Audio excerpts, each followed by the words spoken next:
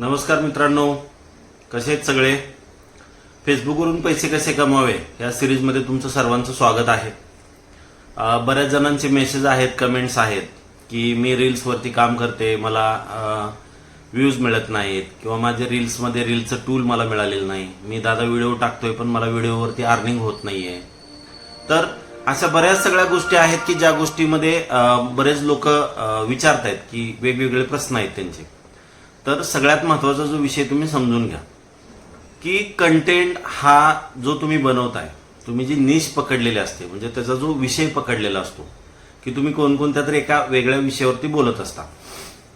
For example पकडून चला की तुम्हाला शिक्षणाबद्दलची आवड आहे आणि तुम्हाला एज्युकेशनल बद्दल तुम्ही व्हिडिओज बनवत आहात आणि अचानक जर तुम्ही तुमचं स्क्रिप्ट सोडून एज्युकेशनल सोडून तुम्ही जर कॉमेडी व्हिडिओ बनवायला लागला तर ते लोकांना पसंत पडतील का? नाहीत पडणार. तर मित्रांनो, व्हिडिओ बनवत असताना ह्या सगळ्या सोशल मीडियाच्या कंटेंटवरती काम करत असताना इकडे इंस्टाग्राम असू दे, फेसबुक असू दे, यूट्यूब असू दे किंवा अदर काय प्लॅटफॉर्म्स असू दे, आपण सद्यस्थितीला जे बोलतोय हे फेसबुक आणि इंस्टाग्राम बद्दल बोलतोय, त्यातल्या त्यात जास्त फेसबुक बद्दल बोलतो.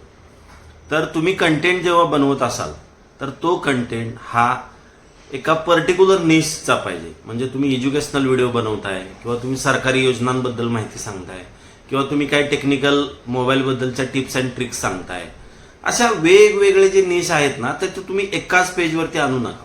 आणि आणण्यासाठी पण काय अडचण नाही, पण शक्यतो लोक जेव्हा तुमचा ह्या व्हिडिओचा विचार करतात तेव्हा त्याला येणारा जो ऑडियन्स आहे, जे आपले बघणारी लोक आहेत, तो ऑडियन्स याला मॅच होणार नाही. त्यामुळे तुम्ही म्हणाल की एवढ्या मायक्रो लेवलला मायक्रोनिशला आम्ही कसं काम करायचं? तर मायक्रोनिश कशी आहेत? नाहीये, मायक्रोनिश याला नाही म्हणता येणार.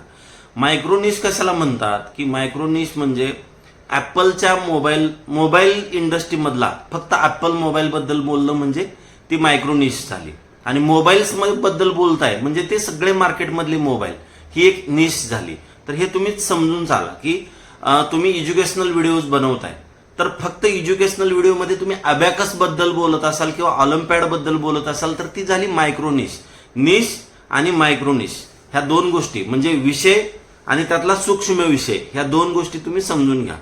तर कंटेंट बनवत असताना सुद्धा शांतपणे, कुठलाही यशाला शॉर्टकट नसतो, त्यामुळे थोडासा वेळ तुम्हाला द्यावा लागेल.